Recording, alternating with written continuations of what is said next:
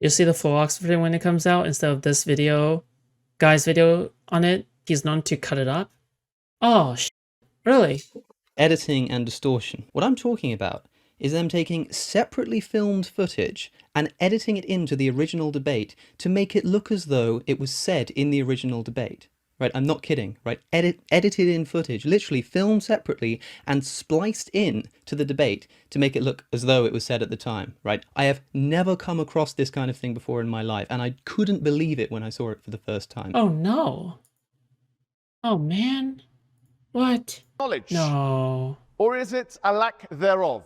Well, to suggest that the universe was generated or caused itself is tantamount to saying that a mother gave birth to herself. And to suggest that there's more than one ultimate source of being, more than one necessary existence. I don't, dude, I fucking hate arguments where it's like, oh, do we agree whether or not, like, dude. What's the point in debating whether God is real? It's so stupid. I hate every one of these religion debates. Is so boring. Okay, we'll see though. It's not about God is real, it's about what's better, Islam or atheism? Oh, okay. Can these guys just, like, not yap? Like, why do they just, like, yap? Yap. Same question? And then could you restate the question for me?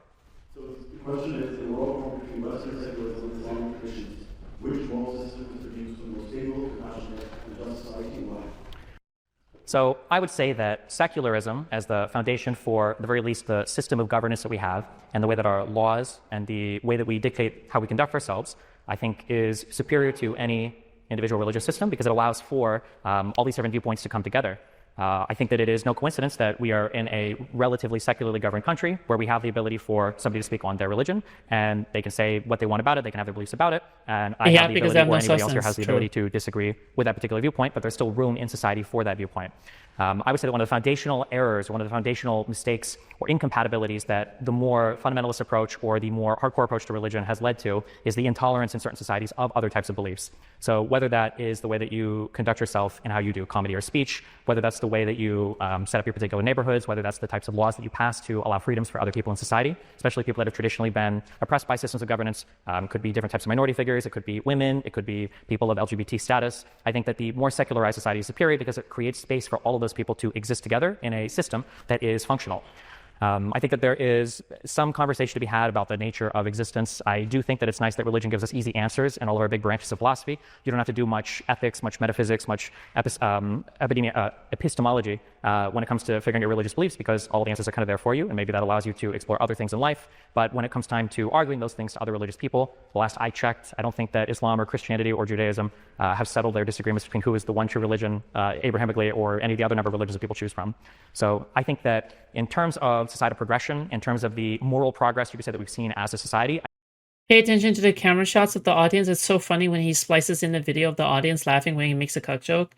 Wait, hold on. You're Palestinian, right? Shouldn't you be cheering on Mohammed Hijab instead of this white boy? I think that a larger secular umbrella has allowed this to happen. I don't think it is a coincidence that people find themselves moving more, and we'll talk about immigration later, to these more Western secularized societies because these societies have such specific carve-outs for different types of beliefs and different types of religions to exist and to express themselves. And I think that having these countries change back to regress... $50 out of nowhere. Dude, thank you so much. Based. How long have you been watching? Loving the streams and keep up the good work. Meow. Meow to you back. Bro, dude, guys, okay, listen. Should we watch this debate once the unedited version comes out? Unedited is never coming out. Why? Why is unedited never coming out? He has nobody there to record it? Yeah, I think so. Yeah, because I don't want an edited version that makes Destiny look bad on purpose. Like I don't want to react to it. I want to react to it in its most raw footage. I want to react to it in its raw footage, okay? Destiny signed away the rights? Really? This guy owns the full rights and he's famous for chopping up vids? Oh my god. Let's watch when it comes out. Yeah, but we don't know whether or not it'll come out. I'll ask Steven. If this isn't the full version, I think it's like 90% of it. Oxford debates aren't that long. He just edited his main camera angles and his audience member laughing when he makes cuck jokes. Okay, then we'll watch it. More religious state into a more fundamentalist state where all of us are required. Okay, right. So Destiny's belief here is that it is better to live in a world where you are able to express all of your beliefs in a safe manner without being prosecuted for what you believe in. since this is atheism versus Islam, it seems like a lot of Islamic countries do prosecute you for your beliefs. However, it seems as though a lot of more liberal countries that do not center around Islam and is more a little bit more atheistic in the way that they try to preach the church away from the government seems to be more free and more superior in almost every way, right? Not that there's any, my personal view is that it's not like there's no benefits to religion, right? Religion can help you community build, right? It brings people together, gives you comfort. It's probably good for your mental health, right? When you, like, if you practice it in a way where you're not abusing other people, right? If you practice religion in a way where your faith reassures you that you're going to be going to the afterlife, right? You're no longer as terrified of death as such an atheist, right? Because an atheist believes, agnostic atheist or atheist believes, well, you know, there's a void after death. I'm going to become non-existent. It's the end, right? Terrifying thought, right? But someone who's religious is assured, right? They're not facing the consequences. They're not facing the overwhelming void that looms before them, right? The state of non-existence, right? So it brings you comfort there, okay? It's a means of coping. So you can argue that there are benefits. However, it seems as though if you focus your entire land around this specifically, right? Around religion specifically, it does seem as though there are more cons than pros, right? But yeah.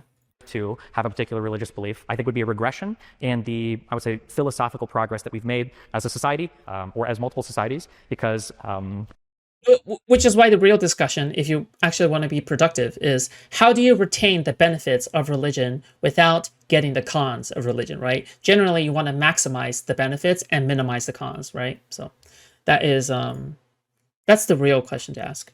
Yeah, the idea of being able to enforce your religious ideology or your dogma on some particular group of people, I think is an idea that was tried in the past and hasn't produced the societies that have the most flourishing today, which I would say are the ones that are more secular and do allow for more different points of view.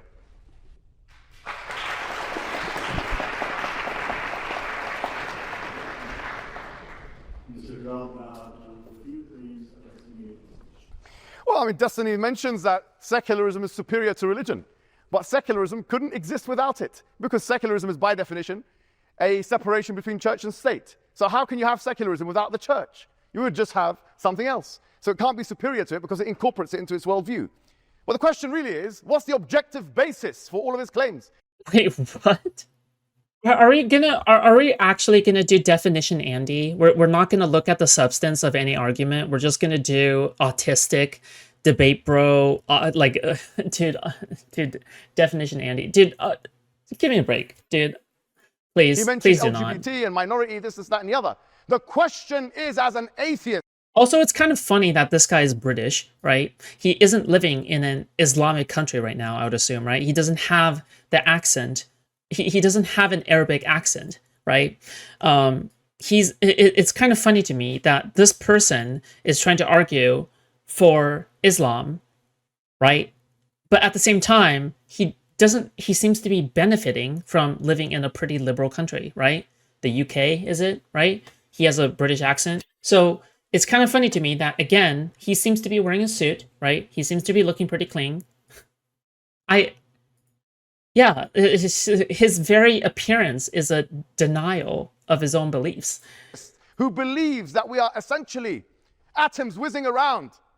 This is the physicalist. This is the materialist assumption. How can you get from that to objective morality in the first place? How can you ascertain that liberalism is the superior ideology from first principles, from a scientific or mathematical perspective? You can't do that. It's not possible because Kant couldn't do that, because J.S. Mill couldn't do that, because greater people than me and you couldn't do that. Therefore, you won't be able to do that. Secondly, I will say this. I mean, he mentioned something about intolerance, which we'll come to in a second. But he mentions, and I was very surprised when I, to be honest with you, heard this. He mentions intolerance. Let's go to this straight away, actually. This is a man who supports a genocide. This is a man who was going to the IDF, telling the IDF that, you know, when you're doing your atrocities. Nice. ad hominem attacks and not engaging on the substance of what his argument was. It's so funny. It's like actually just the most bad faith. The actual, like, not even arguing on any of anything. He's not engaging with any of the points. This is ridiculous. Make sure you hide them and don't take pictures of them. You're going to talk to us about this. You're going to be sanctimonious and talk about minority rights. What minorities are you talking about? The minorities that you prefer, that the white man prefers, that the colonialists prefer. That's the minorities that when it comes to the Palestinians, no, kill them. You're actually telling people to kill them. This is absolutely diabolical. And with that, I will conclude and you can respond.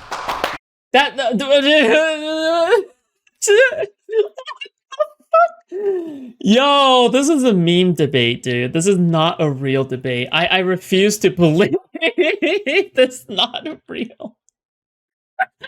What was that counter argument? Oh my god. Peak cinema. Why are people clapping as if like he just gave like the highest take of all time? He's like, oh my god. What do you even say in this instance? He doesn't even engage. Actually so retarded. Oh my god. Put me up, okay? I'll debate this guy. Oh my god. There are, some 2 billion Muslims, I think, on the planet. For all the talk I hear of Islam coming from one book, from one word that is unchanged and unaltered, I look to the Palestinian situation and I wonder, where is Islam, or where are the Muslims? The idea that there is some foundational religion here that all of these different people of the same belief system buy into enough to actually stand up for and defend and support their fellow Muslim brother doesn't seem to be there. So one of the most fatal flaws that I find people who are religious commit is this flaw of thinking they stand on firmer ground than they actually do. The idea that there is one holistic, unified view of Islam is probably a view that... Bro, I think if someone is this bad faith, I think at some point, I just don't think you should debate anymore. What is the point in debating or engaging with any of his points if he's not willing to engage your points, right? I think what should happen instead is that Destiny should just preach on the altar. But that's what he's doing, right? He's no longer engaging with his points. Because there's no point in engaging with his points, right? If he's not willing to reciprocate that behavior. You should not be willing to entertain any of his shenanigans if he's not willing to engage with your points, right? Why should you do that? It'll be unfair, right? That every individual Muslim would tell you, but maybe not all of them would agree on. I think the same can be said for Christianity, the same can be said for probably any major religion. We can talk about what type of minorities that we prefer, but I mean, if you just take a glance at...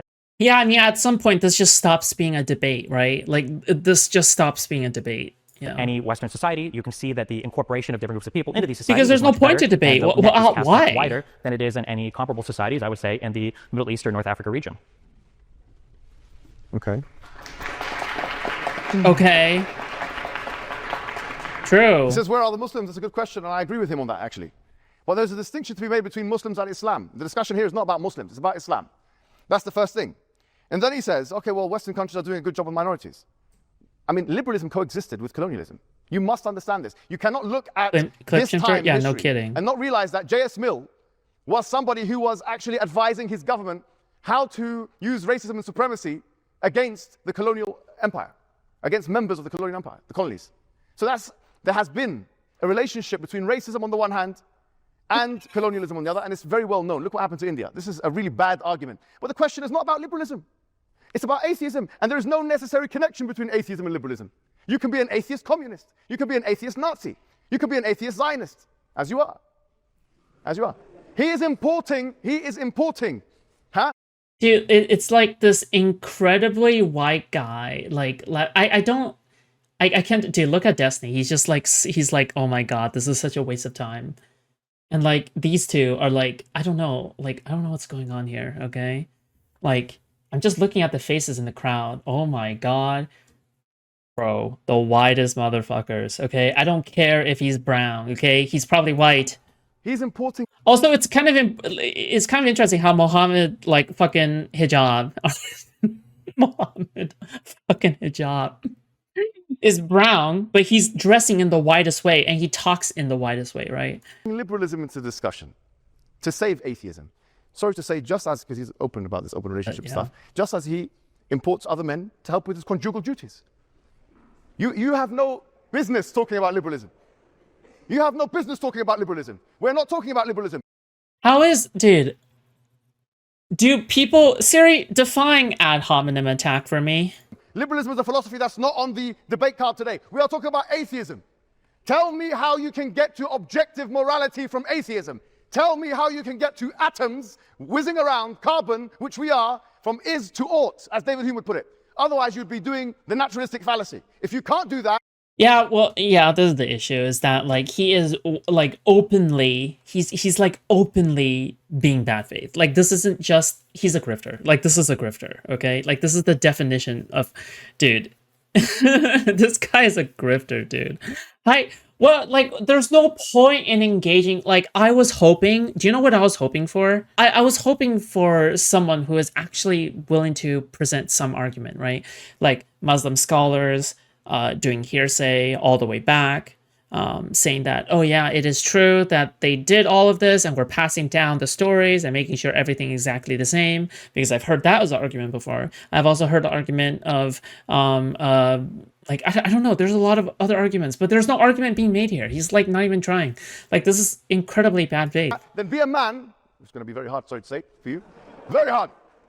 Be a man and say, I concede the debate. I give up. I throw the white towel. Yeah, he's just like, he's actually just, Although oh maybe you'll be my using that white towel god, for other I things. hate, I don't even want to watch this anymore. This is like so pathetic. But if you can't do that, honestly, it's done. The debate is finished. And that's all I have to say. I wonder if the editing, because I noticed another thing about the editing, right? After the audience claps after both of them speaks, right? But you know what I kind of noticed? I kind of noticed that I think the volume is turned up after Hijab talks, but I'm pretty sure the volume is decreased after Destiny talks. So then the applause after Destiny is lower sounding? We'll take a look afterwards, okay? Notice how you can notice, you just notice the way the audio sounds. It sounds like everything is being turned up, right? Pay attention. I could be wrong though, I could be tripping.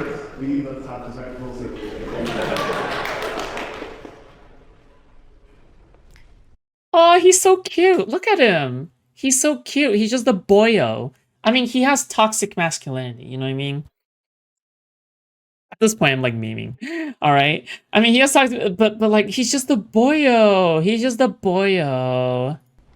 So I think at the end of the day, you know, you can talk about the atoms whizzing by, we can talk about So cute. the different ways that we think we've proven our God. But again, there's been no progress made on this conversation in the thousands of years that people have debated religion. I think that one of the fatal flaws, again, of religious people is that they stand on, or they think they stand on firmer ground than they actually do. You say that we're not talking about Muslims, we're just talking about Islam. Different people have different interpretations of what Islam means. Some people might think that marriage is between one man and a woman who want to spend the rest of their life together. Other people might believe that marriage is a thing that you solicit to a woman to engage in sex with her and then leave her immediately after. Other people have different views on that. It just depends on how you live your life. The great thing about liberal societies is you're able to practice. There's a reason why scientists generally should not debate anti-science people. It legitimizes them. This is similar. He's using destiny to legitimize himself. It's why Bill Nye was getting flack. Corey, thank you so much for $10. I get the point you're getting at, but I kind of disagree. I think part of the reason why the anti-science movement has gotten so popular is because people aren't willing to go toe-to-toe with them. I think when people are trying to talk on their own podcasts about Holocaust revisionism and anti-science beliefs, I think what happens is they're in their own echo chambers. However, if you try to challenge them on a debate, I think part of the reason is that you have to do it well.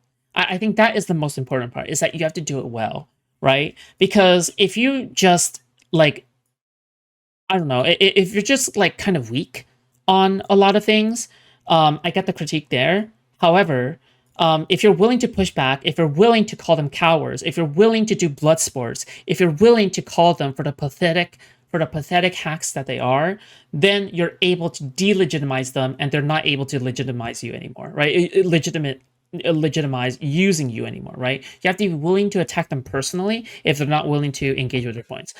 The one critique I would have for Destiny in this context is that Destiny should attack back. I think that if he is willing to attack you, if he is willing to use ad hom attacks, you are at a disadvantage if you do not use ad hom attacks yourself. That is my critique for Destiny if he does not attack back, okay? But I think that he should attack back. I think that he should be willing to attack back and, just attack him, right? Because, call him a grifter, right? Because at some point, you cannot be the side that is taking blows from him from a personal level, right? But I'm sure Destiny already understands this concept, like, most definitely, right? But I guess we'll see. We'll see, like, what happens until, like, when he steps. Because, like, if the other side is willing to engage in a bad faith debate, then there's no point in being good faith anymore, which is what Destiny is doing, right? But yeah.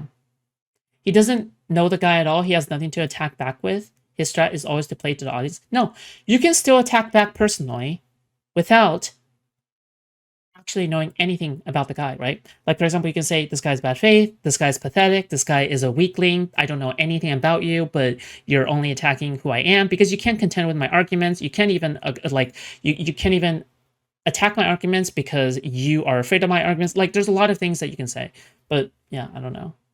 Practice all of these things however you want in a way that won't involve you getting executed for it.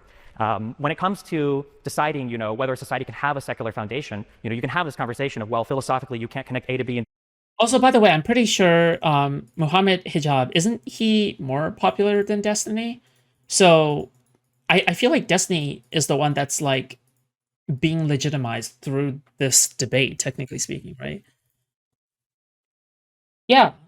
Mohammed Hijab, more than 1 million subscribers, right? More than 1 million subscribers. I think if anything, like, Destiny is being legitimized through this debate, right? Maybe he is kind of nervous and do not want to go nuclear. Destiny has always been very fond of university settings, maybe a little bit too much.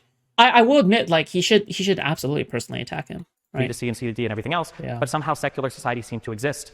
It's also funny to try to tie liberalism together in with this concept of imperialism when people have been doing imperialism far before the concept of liberalism even existed. I seem to remember caliphate spreading across huge portions of the world, and they didn't need any liberalism to do that. They seem to do that just fine along with Islam. Islam has specific categories of people that aren't part of the main body of the Muslim population. So this idea that you can't have marginalized people in any type of system.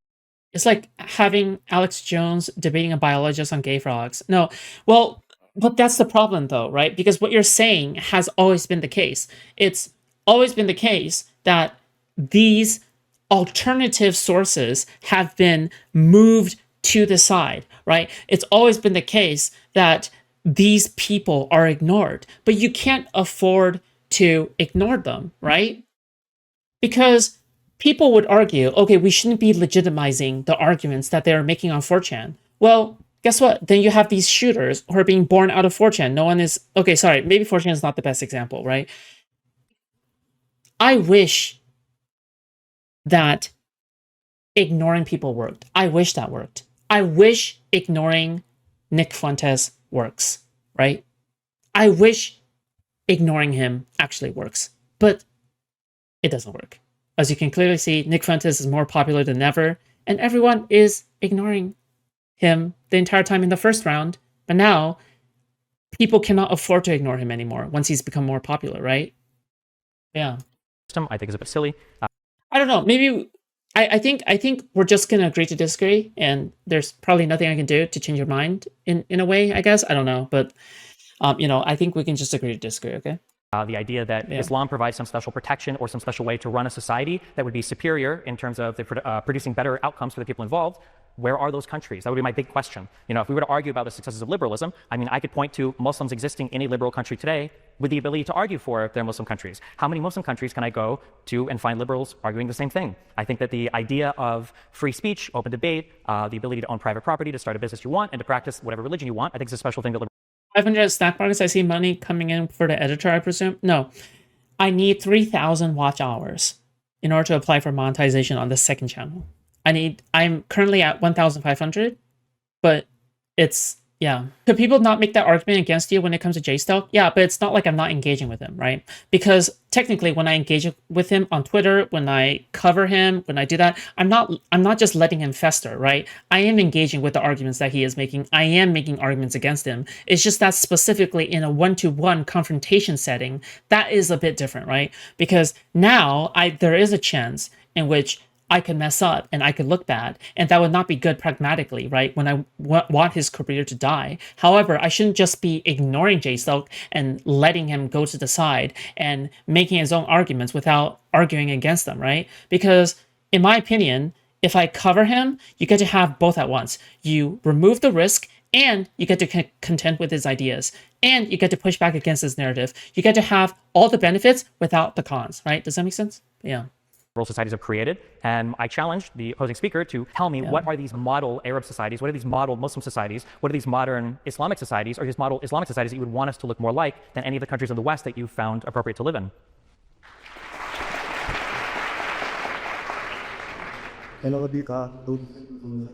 Sure? Well, that was a bit of a mouthful, Bonelli. But you're going to have to swallow your pride and concede the debate, because actually, he has not been able to connect the dots, unfortunately, for himself. This is a debate about Islam and atheism, not Islam and liberalism, okay? He is assuming a liberal framework. Liberalism does not necessarily connect with atheism in any way whatsoever.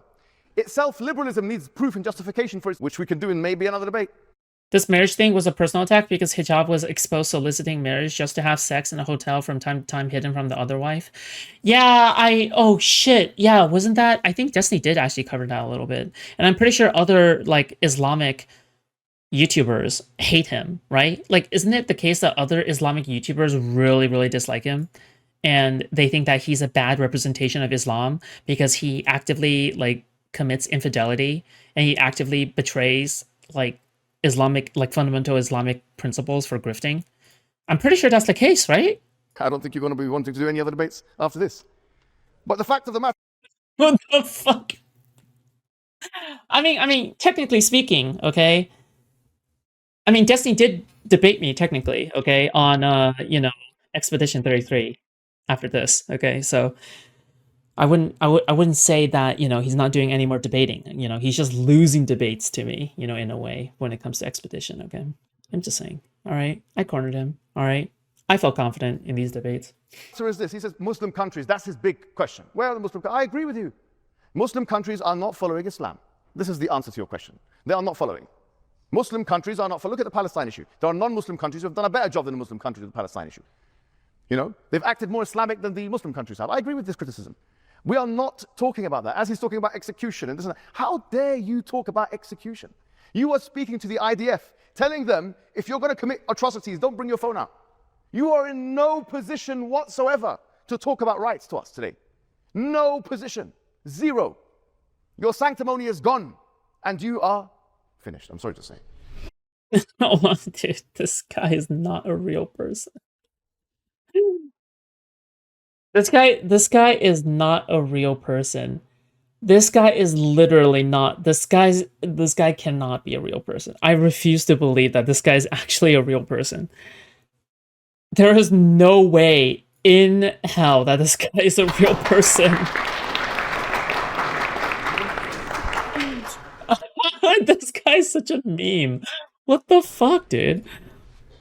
As much as the fellow speaker wants to paint me as a Zionist Israeli person, I've never given a speech to the IDF. I don't think they would much want my advice or my criticisms. Not a fan of Netanyahu, never have been. We can go ahead and get into that later if you'd like. You're talking about the ability to connect atheism to liberal society, and you're saying that I'm simply begging that I'm simply asserting that it must be true for one liberal society to exist, that there must be some atheist foundation. But I guess my question to you would be, how could you have a foundation to a society that is some kind of religion that also allots for other religions to practice themselves in identical ways?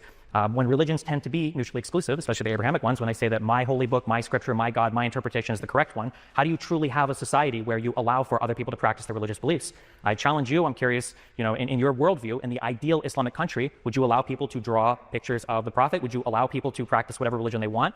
Would you allow people to do things that, so long as they comport with the basic laws that we all agree on when it comes to, you know, things like don't steal, don't murder, don't do, you know, obvious crimes we all agree on? Would you allow in your ideal Islamic society all of these other religions to practice in the same way that in a liberal society, in an atheist society, in a secularly built society, other religions are able to practice? he asked me a series of questions, and he said that, would you allow the drawing of the prophet? Would you allow this? Would you allow that? In the same way as liberal societies. Why should it be the same way? You haven't proven liberalism is true, and you haven't proven that atheism is true. You've given us no arguments for anything. And then he says, free speech. Well, it's very interesting he mentions free speech, because I'm going through some of his content, and he was making an argument for child. And he, in fact, said that there's a pragmatic case for child. So, yes, the Muslim countries would actually ban something like that. And that is an inhibition to the free speech people like you, atheist morality, would bring to the table. Child banned in the Muslim countries, for example. Maybe that will put you in trouble or this and that, because I know you sent some pictures to that person, whatever, I don't know what's going on. I'm surprised you're even here today, so quite frankly. I was thinking whether or not I should humiliate you, but I was worried that maybe you enjoy it.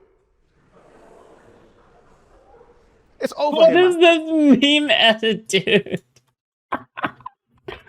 Bro, not the fucking zoom in, dude. You haven't answered any of my questions. I'm asking you, how do you connect atheist morality with liberalism? What was There's no that? answer, there's no connection. So all of your subsequent questions are a waste of time. Because you are a puny, perverse. Yes, I'm sorry to say, puny, perverse, pro-genocide, pipsqueak of an individual. This is the case. Yes, There's nothing more to be said about queen. you.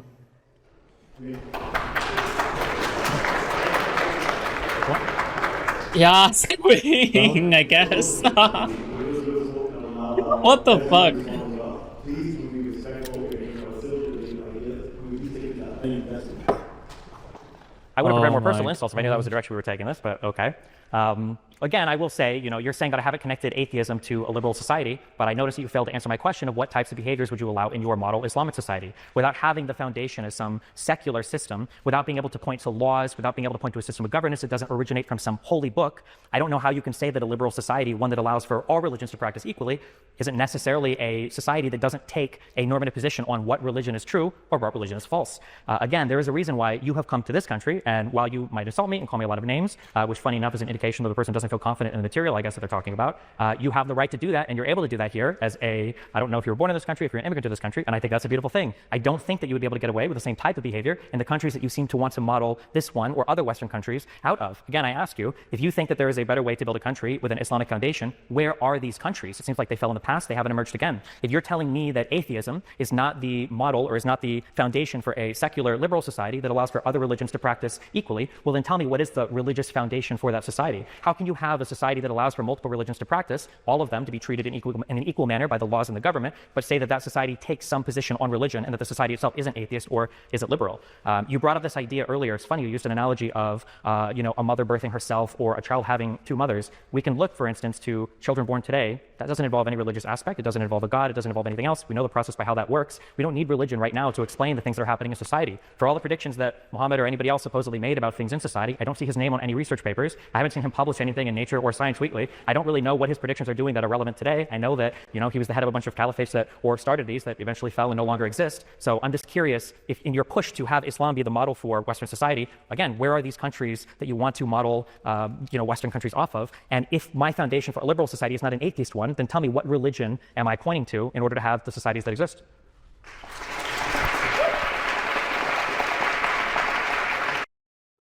Oh, okay. I don't think they're actually turning down the volume. Okay, I thought he was. I'm pretty sure he's still shameless. The editing is still shameless, but I don't think it's that shameless. Like turning down the applause volume or something like that. That's pretty good. Pushing back a little bit more personally wise, right? You don't want to sit there and take it, right? Yeah. Cool. Now we move on to our next segment, which is immigration. Immigration across all the West. It's streets, it's schools, it sends itself. For some, the diversity of English society. Immigration. Okay. Some writers want Why? For instance, commentator Douglas Murray argued that large-scale immigration can destroy European civilization. So my question to both of you is multiculturalism destined to fail, and faith being polite doesn't even necessarily. So I think that one of the fatal flaws that Western countries have made, especially the United States, is we don't really ask ourselves, what does it mean in my country to be an American? I think that there are good reasons to celebrate immigration. You can look at the numbers side, you can look at the economic impacts, the fiscal impacts, the impacts to business and everything else, and you would say, well, immigration is beneficial there. You can look at certain aspects of culture and say that we're enriched when it comes to foods or entertainments or arts, and you say there's an enrichment there. But what does it mean to actually be an American? What is the core base of values that all of us should be sharing? When I look at countries Destiny needs to stop going in assuming the opponent is good faith. Yeah, but Destiny isn't stupid. I'm pretty sure he already knows that he's not good faith. But I think so my guess is that he's just trying to look good to the outside audience, right? He's trying to look good to people who are looking at him outside of this room, right? Outside of Muhammad's audience, right? So to other people, I guess hijab would come off as unhinged, right? Resorting to personal attacks, right? So then he would look better, right? But however, in this case, I think hijab looks ridiculous, which is good. And Destiny looks like he is actually willing to engage on the points, right?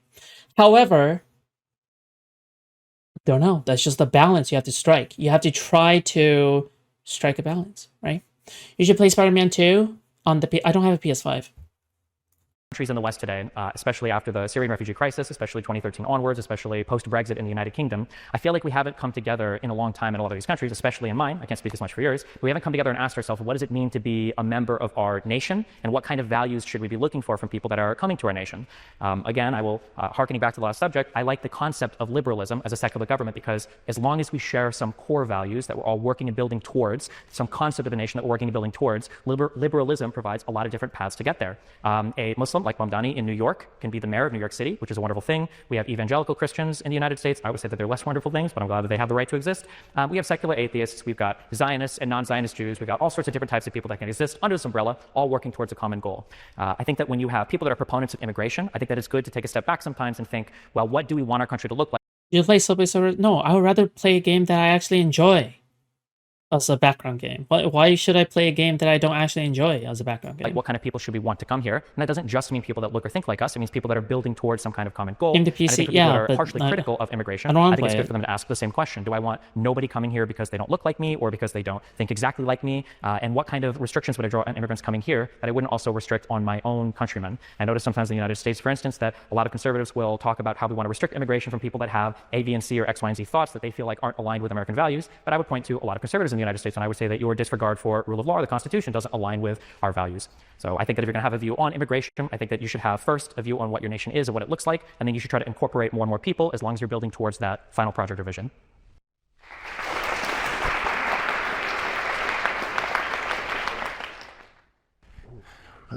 Well, I think with this one, the interlocutor, I'm not going to disagree that much as we did in the previous one.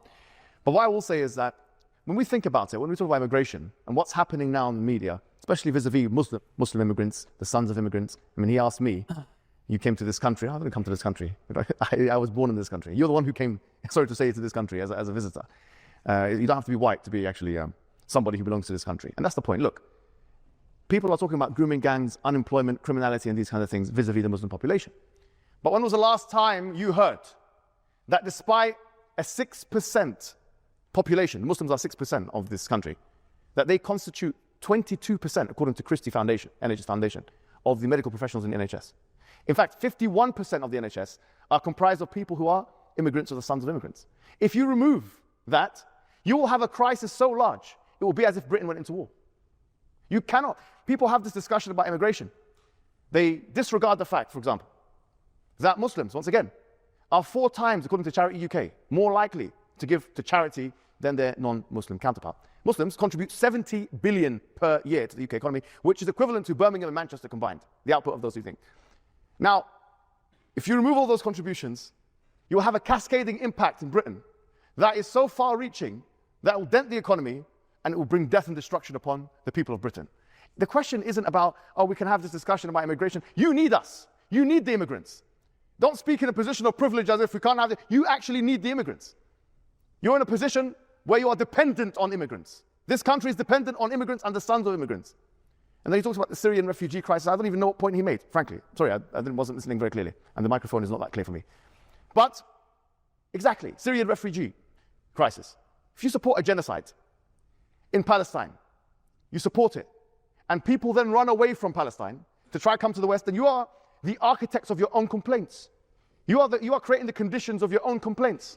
In other words, if the Western powers decide to go into these different countries, like Iraq, like Afghanistan, like Syria, like Libya, like Palestine, or help those who are doing it, and then those people that start fleeing and coming to Europe, you created this issue. So what do you want to do with these people? You either bomb them when they're there, when they try and run away, you say no to them. But doesn't that help my point or our point? Like, so you're saying we should bomb them more? We should bomb them more so then we have more immigrants coming in? Is that like I don't even think it's Destiny's position that he wants to bomb them. It doesn't even matter. They As well. Sorry to say, what kind of a situation is this? What kind of situation is it? Let's talk about integration and assimilation. Unemployment. According to the BBC, if you have a Muslim name, you're 3 times less likely to be employed by the same job for the same position. So I would say, yes, it's true, there are some legitimate concerns with immigration. There are legitimate concerns with minority groups. I'm not going to deny that. And there has to be some concession made. There are things we have to work on, as every community in Britain. But at the same time, the way forward is there to be a reciprocity between the government or the dominant population and these minority groups. And there needs to be a reduction to the barriers of discrimination.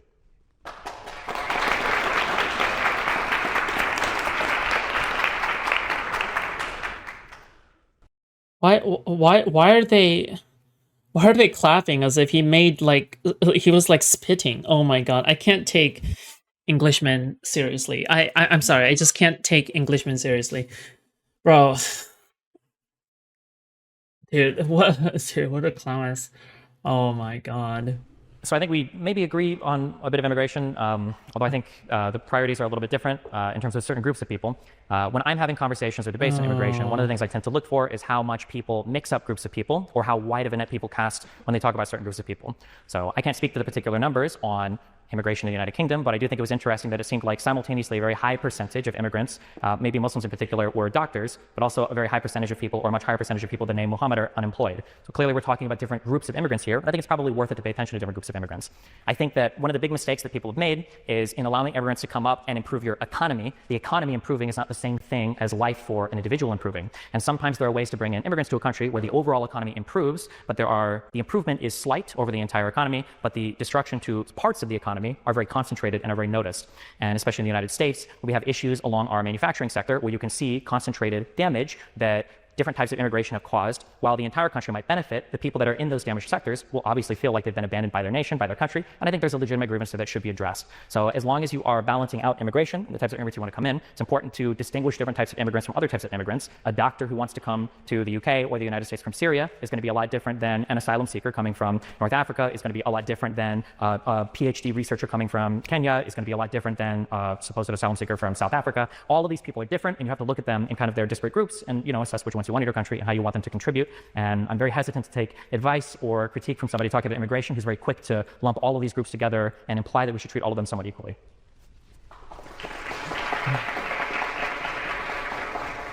Yeah, so unemployment was mentioned again. And as I mentioned, look, when it comes to criminality and unemployment, this is the main argument that people make against immigrants or migrants or ethnic minorities, right? The fact is, there are 2 major predictors for those things, okay? Number 1 is being a man. If you're a man, you are more likely to be a criminal, okay? Maybe 10 times more likely than a woman. No one's going to ban men from the country, okay? No one's going to say, okay, the UK, no men are allowed in, because actually you're represented to a degree of 10 to or 100 to 1, whatever it may be, in prisons. So there has to be some discussion about, okay, well, what are the parameters now? The second predictor is actually socioeconomics. Now, in the UK and in Western Europe, the issue is that it's different to the way it happened in the United States. When the United States people brought people in for immigration, they had a more select criterion. Okay, they brought in middle-class people. That's why there's no talk of grooming gangs in Pakistani communities in California. There's no talk of it whatsoever. Why? Because they're middle class. Because they're doctors and engineers. In other words, when you're poorer, you're more likely to commit more crimes.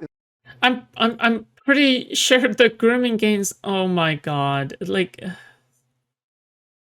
I'm not, dude. What, dude? Oh in certain my god. areas, Whatever, regardless man. of race, It's religion, fine. or whatever it may be. Wealth is the predictor. It's socioeconomics. So it's not, oh, these black people are coming in and they're doing this. These Mexican people, no. When you get a black man and a white man who have the same money, they're likely to commit the same crimes and be unemployed in the same level, etc., etc. So the point is, the immigration thing has missed the colonial aspect. Britain's history with colonialism meant that it called the people from ex-colonies to come into Britain as unskilled labor after the World War. Yeah, hosted by Oxford. Oh my god. In order to fix the country. They can't just do that and then tell them to leave. Like what's the point? Like what's the point of having the two of them take turns speaking if there's no moderator, right? Like what's the point of that if there's no can't there at least be a moderator of some kind? Like you might as well just like not have this like take turn kind of shit. Like what's the point in doing this? Like is it because someone will just like fucking like talk over the other person in some way? Like so stupid. Afterwards. And hence, the reason why you've got people from Pakistan or from Jamaica or from whatever India in England is because they were ex-colonies and that these people were used as unskilled labor. And because they're in that socioeconomic bracket, yeah, they turn-based will be more combat likely in some areas to commit certain crimes or to be unemployed just by virtue of socioeconomics. But that's not an argument against Islam. It's not an argument against or race realist argument or whatever it may be, because that's where it's veering towards. That's the right-wing argument, that they're doing it because of their religion. They're doing it because of their race. And that's what we should be against, because actually the data is against all of that. So when we're having the discussion about immigration, the connection, the causal connection between these aspects which they consider to be wrong, on the one hand, and what's going on in someone's religion or someone's race on the other, is there is no connection. And the connection is actually a socioeconomic one.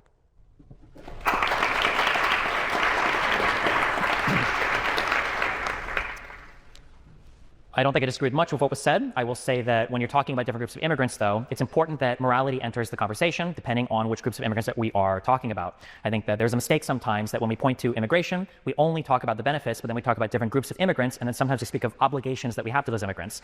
In the United States, typically most of the immigrants that we bring in are just by virtue of us having oceans separating us from the rest of the world. They're going to be more wealthy. They're going to be higher educated. You're selecting from these kind of higher echelons of society. When these people come in, the expectation for my country, and the expectation for any country, I would imagine, for everyone to come in, is that on net, you're going to benefit the country in a variety of ways. I don't think that that same expectation should be levied, though, towards people that are seeking asylum or for people that are fleeing disaster. I think that sometimes when people, again, are looking at all of these different groups the same, I think that it's okay to say that there are going to be some groups that, at least for some period of time, either while they're there or if they stay there, are going to be why are we here? Just to suffer. Society, because the situation that they're coming from isn't one that built them to be an economic unit or powerhouse that can contribute to your country. The obligations that we have towards different groups of immigrants, the obligations that we have towards asylum seekers should be as successful and, relatively speaking, wealthy countries that we can take some amount of people in. It's our goodwill for the world. You can even argue I would argue to a much smaller extent, because I don't buy into the colonialist arguments as much, but you can argue that because of the West's impact on other parts of the world, that we have some obligation as well to take care of people that might be fleeing disaster from there, especially places in the Middle East. But that being said, we have to be able to talk about all of these different groups, the different expectations that we have of these groups, and then the different ways morally that we would approach these groups in terms of how we would allow them into our society, and then how we would incorporate them into our society, what our expectations of them would be, and what our expectations of our own country would be with regards to the treatment of those groups of people.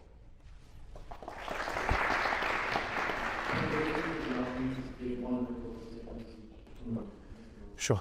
So with this, I mean, he mentions the expectations and he talks about morality, and we've already had this discussion. He can't even establish what morality is or how it's true or anything like that. He's assuming the truth of his worldview without arguing for it. I like how Stephen literally said, oh, there's nothing much that we can disagree on here. And like he's extending a hand of peace, going like, hey, oh my God, we don't actually disagree all that much. It's fine. And then Mohammed Hijab just throws him under the bus for this specific segment because he sees a chance and he seizes it. So he's like, well, as you can see, he's not blah, blah, blah, blah, blah, right? Oh my God. Dude, actually so slimy. Like this guy is actually a snake, right? Like this guy is an unironic snake, okay? Because how could you... He extends you a hand of peace. You're not willing to take it. You guys aren't even debating the current topic because you guys are just going off on separate monologues and you're still backstabbing him. Dude, oh my God, Jesus Christ. Did we just see an entire arc happen? An entire drama arc happen over the course of this debate? Holy shit. Actually, this is a debate. You're meant to actually argue for your worldview, whether it's liberalism or wow. atheism. There's no evidence given. But the second thing is that if people have this view, like for example, they say Muslims, conservative Muslims will be against the liberal paradigm in these areas. The same thing applies for Jews then. Because frankly, the most two closest religions are strict conservative Muslims and strict conservative Jews. If you want to have one policy for one, don't not have the other policy for the other, because that's a double standard. But we have never heard him speak about that. In fact, he supports European Jewish immigration into Palestine. So it's not like he's against immigration. I mean, he's not really that Wait, against is he? anyway, but Is he the point somewhere? is, it's about who Hello? gets to benefit. That's really the bottom line, isn't it? If European I wonder if Oxford has anything to do with this. I mean, this is the entire thing, right? I mean, technically speaking, like, isn't it the case that like Oxford is the one hosting this debate, so they're responsible for everything, right? get to benefit, it's okay, no problem. There's no question. And if their involvement is limited to just renting a space, okay, if it's just renting a space, I'm not entirely sure, actually. I don't know, never mind. Yeah, but that doesn't necessarily mean they hosted it. Yeah, sure. Questions asked. You can even build settlements. You can even build settlements, no problem. You can even steal someone's home. If you're a European Jewish immigrant going into Palestine, immigration is fine. But if you're someone coming into the UK, no, there's a discussion about expectations now, actually. If you're seeking asylum, are you? You'll be seeking asylum. You created these wars. You bombed these people. They're running for their life. And before you come in, tell us what you're going to bring to the table. Is this a joke? Is this some kind of is this satire? This is pathetic, frankly. No argument has been given. If you don't want asylum seekers and refugees in these European countries, then don't create wars in those countries. We are here because they were there. That's the reality of the situation. Wow, that's epic, bro. Prevention is better than cure. Don't create a disaster and then ask, why is it happening? You created it with your own hands. Yeah, I mean, I don't really disagree much, but I will say that if you're going to have a conversation No, he threw you under the bus, bro. He threw you under the bus. Okay, please just code. and then about different groups of immigrants coming in, just be honest about what the expectations are, and be honest about how you expect them to immigrate into your society and integrate into your society. You can't on one hand say that we have caused disasters in regions of the world and now we expect asylum seekers to come because we owe it to them, and then in the next breath say, well, actually, all of I have no issue with any argument that Destiny is making, okay? It's more about, like, this is like, you have to think beyond the facts, and you have to think about the meta of the debate at some point, okay? Because if you only think about the way that arguments are presented, you miss the broader context of why some arguments are bad faith and why facts don't really matter when you're trying to go for optics appeal. Yeah, you shouldn't be, I feel like you shouldn't be conceding here. But you know what? This could be a part of the strategy. Who knows? I don't know. these people are going to contribute on net to society at the same time. The first thing is a moral obligation that we would have to take care of a group of people. The second is just an economic trade, and our expectations and our approach to both of things is going to be wildly different. I don't know if we're going to get into Israel-Palestine more in the question section, obviously. The other speaker here has a lot of opinions on that, but yeah, I would say broadly we probably agree on immigration. Just when you're having conversations about immigration, make sure that you're treating every group differently. Make sure that you're having an honest conversation about what your expectations are of each group and what your expectations are for those groups once they're in your country and how your country should treat those groups. I mean, which ones?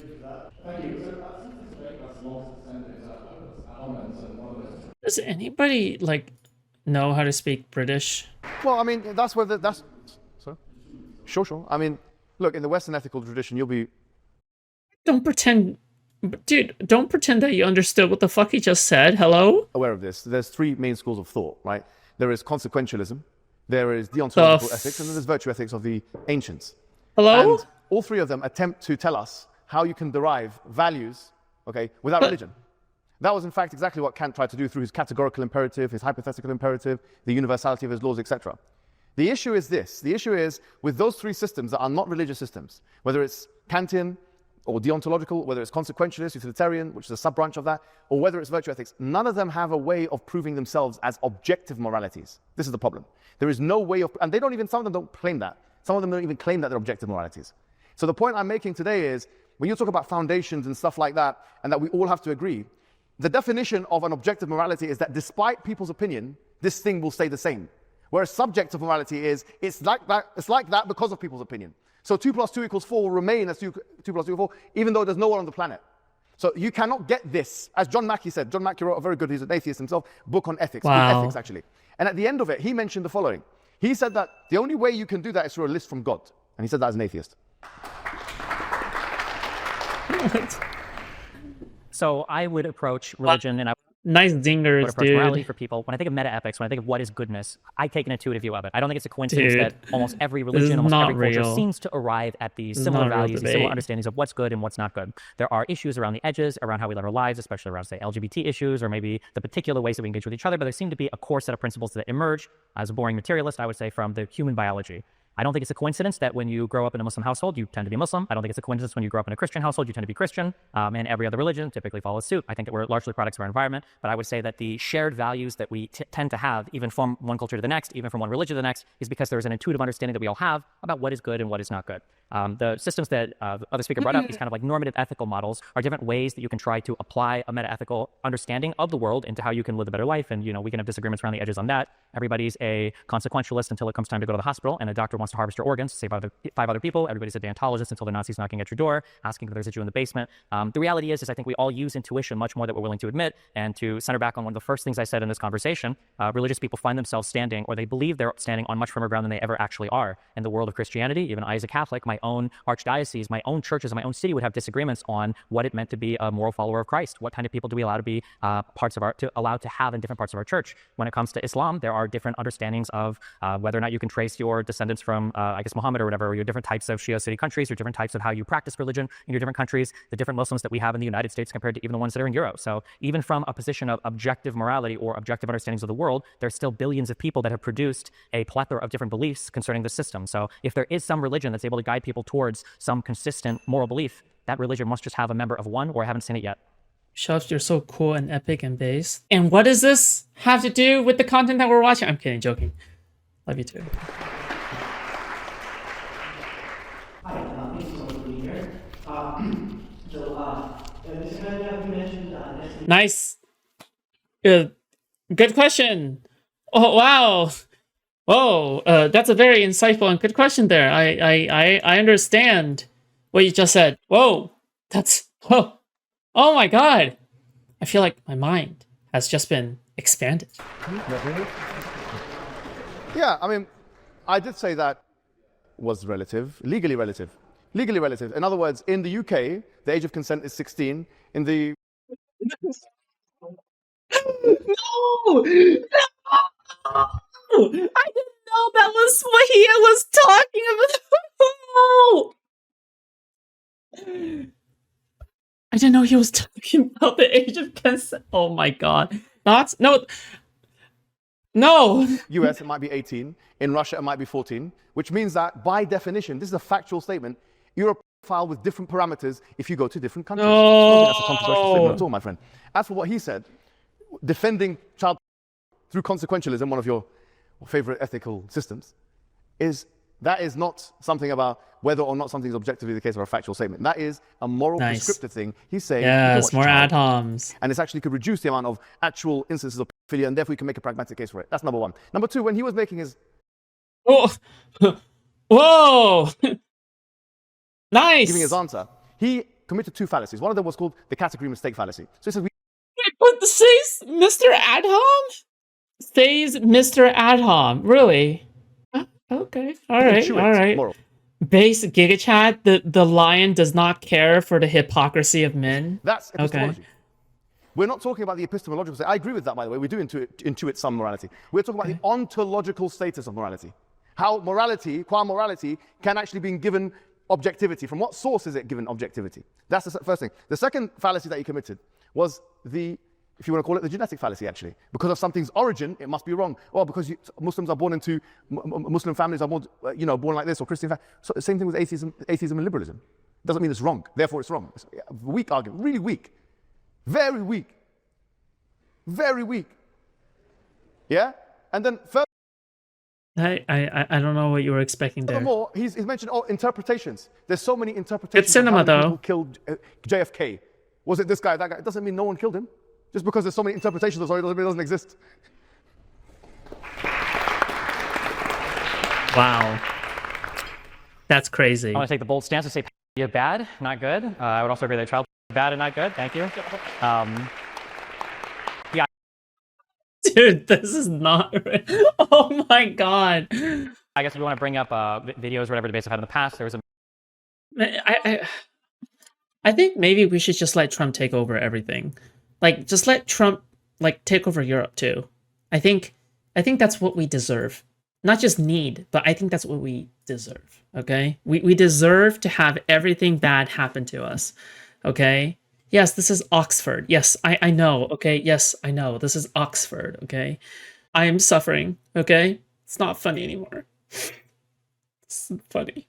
man named Amosi, who I think is currently in prison for abusing children, is my understanding. I don't know if he's out yet or not. We had a conversation on whether or not pedophilia was acceptable. Again, I took the brave stand. Why would you bring up Amosi? That's, oh my god. The fact that you even know him, you know what? It's okay. He's autistic, okay? So he doesn't understand what he looks like right now, okay? It's okay. All right, this is just autism, okay? It's That I fine. don't think it's acceptable. And the one Okay. hypothesis that he proposed to me was something along the lines of, if there was older, material of children and it could help not abuse children. No, why are you engaging with this argument? No! Oh, it's a trap!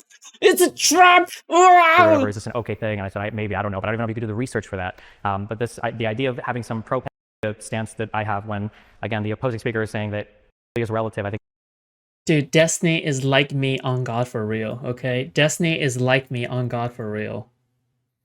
Okay? If you know, you know, okay? Destiny is like me on God for real. It's an interesting line of argumentation to go down. If you want to look at explicit videos of mine or whatever, Oh apparently I should open my OnlyFans. There seems to be a lot of God. interest around that. I have not had any sexual relations with Nick Fuentes yet, so who knows, maybe in the future we'll see how that goes, but thank you, I appreciate the fandom.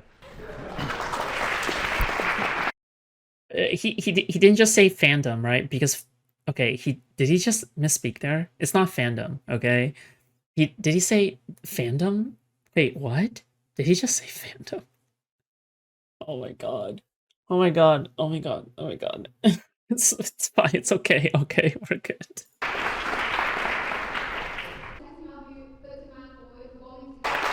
So it's hard to hear with the echo, but I think there was a reference to the, when I was invited by Yoav Golan himself to give a conversation, I guess, to the IDF. This was a group of fans of mine. At the time, there were pictures circulating where, I guess, soldiers were taking pictures in dresses, and the question had to do with communicating yourself to the Western world. And I said, taking pictures like this is obviously really stupid. If you want to spin this into me saying, if you're going to commit war crimes, do it off camera, I mean, you can do that. That's fine. It's boring to me. This is inconsistent with every belief I've ever held in my life, but you're free to strawman me in whatever way makes you feel better about yourself. When it comes to the analysis of the region and whether or not it's a genocide, personally, I think it's a question for the International Court of Justice and maybe historians. I think that people that want to call it a genocide are looking too hard to weigh into some word or term or some international definition that is somehow going to bring. I actually think it's really impressive, and I think that linguists should study this, okay? I think that linguists and scientists and language experts should study how Destiny was able to learn and interpret the language of Britbongers so shortly before this debate as to understand the questions from the crowd. I just think that's a really, really good skill to have, you know, learning a language extremely quickly to interpret what these motherfuckers are saying, okay? Peace to the region. And I think it does a disservice to the people there. And I think that it tries to short circuit the argument of what does a final resolution look like when we're just screaming apartheid, ethnic cleansing, and genocide. I think that the push in the West oftentimes that people look for when they talk about peace, when they talk about no more killing, is a very Western-centric view that people involved in conflict don't always necessarily share. When it comes to Ukraine, the calls for peace are usually from the Russian side saying, well, we need peace so that we can take 25% of this country. Personally, I believe that calls for just peace in Israel-Palestine is something that Netanyahu supports, because if you read this 20-point plan that's been floated, it gives him essentially every single thing that he wants in the region. I think that once the bombs stop falling and once Netanyahu works on his reform of education of the Gaza Strip, whatever that means, when he works on his reform of the Palestinian Authority into being less radical, whatever that means, and then when he looks at all of the other things that he's been granted by the United States in order to build whatever two separate societies that he wants, I think that what's happened is even as we approach an end to this conflict, Netanyahu's gotten everything he wants, and this claim of genocide hasn't supported the Palestinian people there in any way, size, shape, or form. Well, first of all, about the child pornography aspect, he hasn't denied that he said that. But more significantly, he said the following: molesting kids is not pedophilia. That's a direct quote from you. So let's not play games here today. Your atheistic morality is not granting you any favors today. Look, if he cared about kids, why is he supporting a government?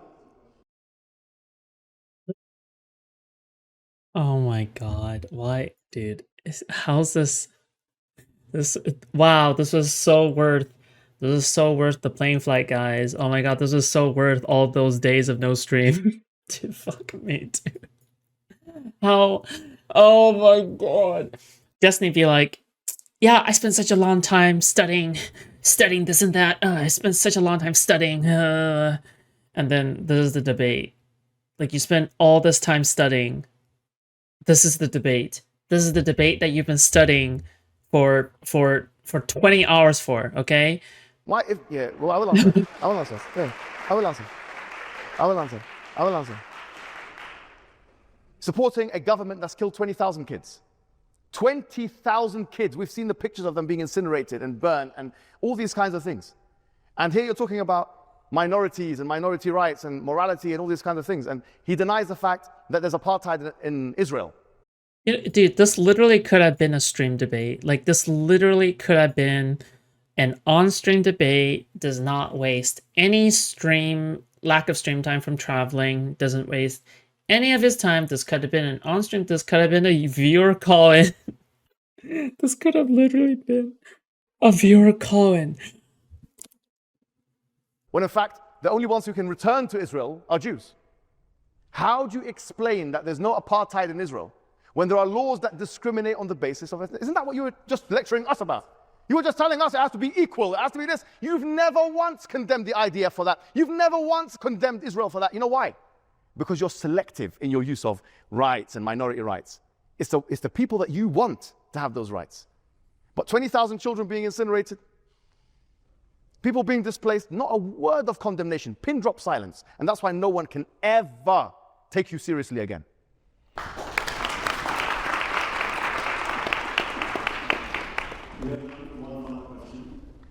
Good one. Yes, I agree. I agree. Okay. Thank you.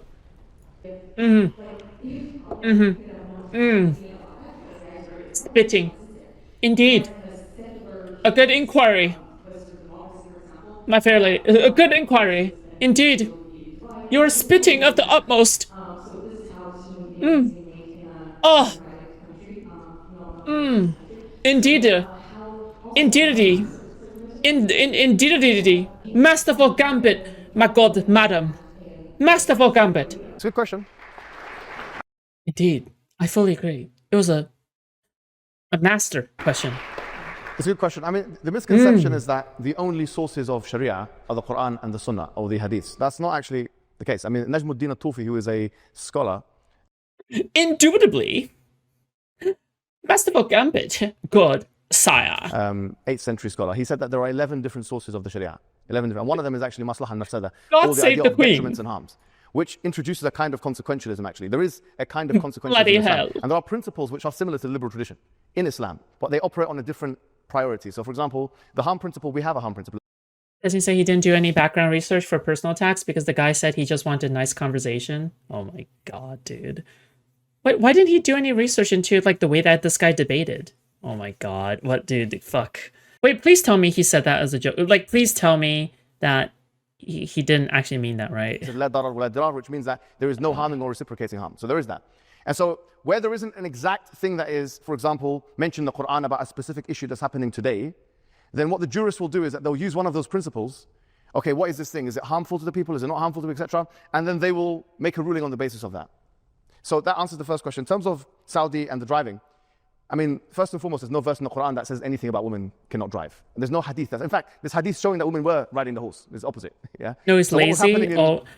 Wait, how could you be lazy about like the main guy you're debating that you're sacrificing streams for in the trip that you're spending days on? Wait, what the fuck? Wait, but I don't understand. So what is he doing the entire time? Like, is he just like hanging out at the local pub and going into bar fights, or like what's going on?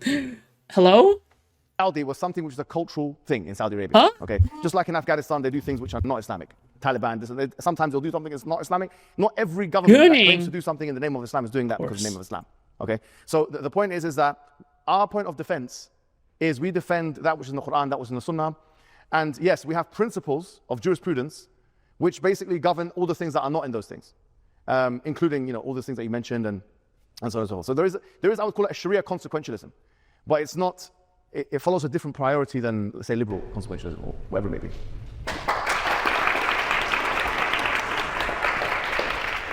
This is kind of why I find the objective morality of religion a little bit intellectually bankrupt. I feel like all you've done is you've kicked the question of subjectivity down the road from philosophers that you make fun of by saying they have no objective foundation for any of their moral truth to what you call your religious scholars who either they lack access to the objective foundation of truth or they also don't have objective truth, I guess, available to them despite the fact that the Quran is written in one language and is an unchanging document.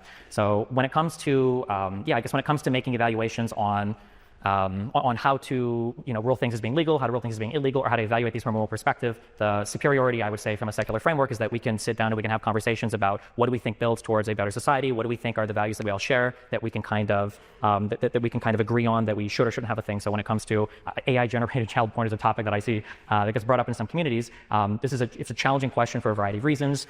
Maybe more relevant, or a thing that's been discussed in the past, are drawings of there are different names for these, for animated depictions of children or whatever. And is it a crime if there isn't a victim? Is it a crime if it leads to more victimization? If we say yes, does that mean that if we have violent media that's considered bad because that? This is a trap question. Like, the whole entire ethical CP shit is a trap. Okay, it not only does not only is it far removed from the original topic, but in addition, it's obviously a trap, right? Because even if you made the best argument possible, even if you made the best argument that you're doing right now, the fact that you make the best argument, the fact that you're still talking about it, it allows some really bad faith attacks. And in addition, it gives off the impression that you're trying to justify it, even though people are already emotionally compromised on this issue. With that being said, no one can fault you for trying, okay? But it is a trap. It is a trap question that you should not be falling for. But hey, what can I do? What can I say? Could lead to more there's like a huge mix of consequentialist belief and deontological belief, and I think sorting that out needs a bunch of people to sit down and to honestly be able to say, this is a tough question, and we're going to sit here and we're going to write on and we're going to argue back and forth, and we're going to see at the end of the day how many people we can convince of what we believe to be the morally correct option here. I prefer the secular or atheist view of that, because at the end of the day you can honestly say you're having that conversation rather than having 10 different people with 10 different ideas on it, say all of them have objective truth about it.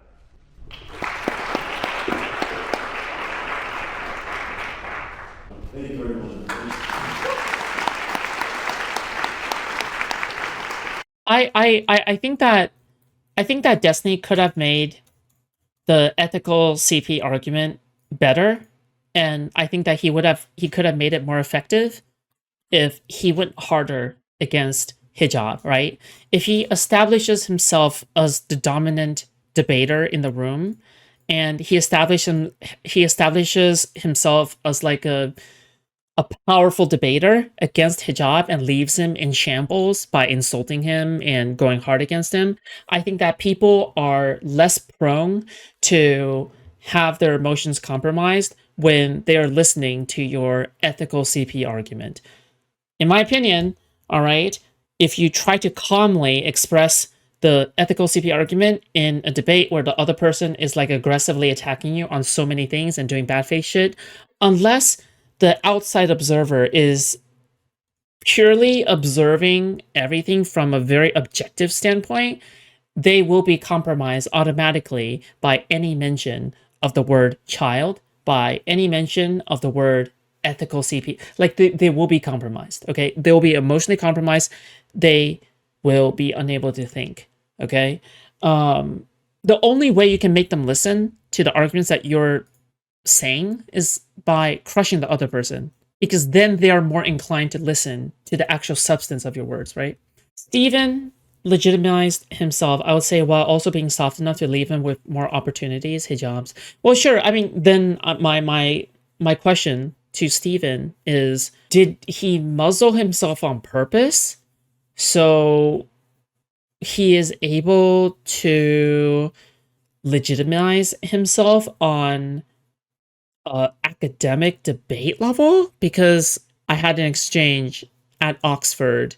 I had a debate there, and my opponent was being very bad faith, and I was disappointed. But maybe you can present a better argument without resorting to personal attacks, right? Was the purpose that? Because that's a genuine question I have, okay? Because if his primary goal above all else was to legitimize himself, he's accomplished it. Okay, congratulations. In my opinion, if that is your goal, you've accomplished it, but you've done so at the sacrifice of a lot of other things, okay? However, if your goal was to anything else, I don't know, then you have failed, all right?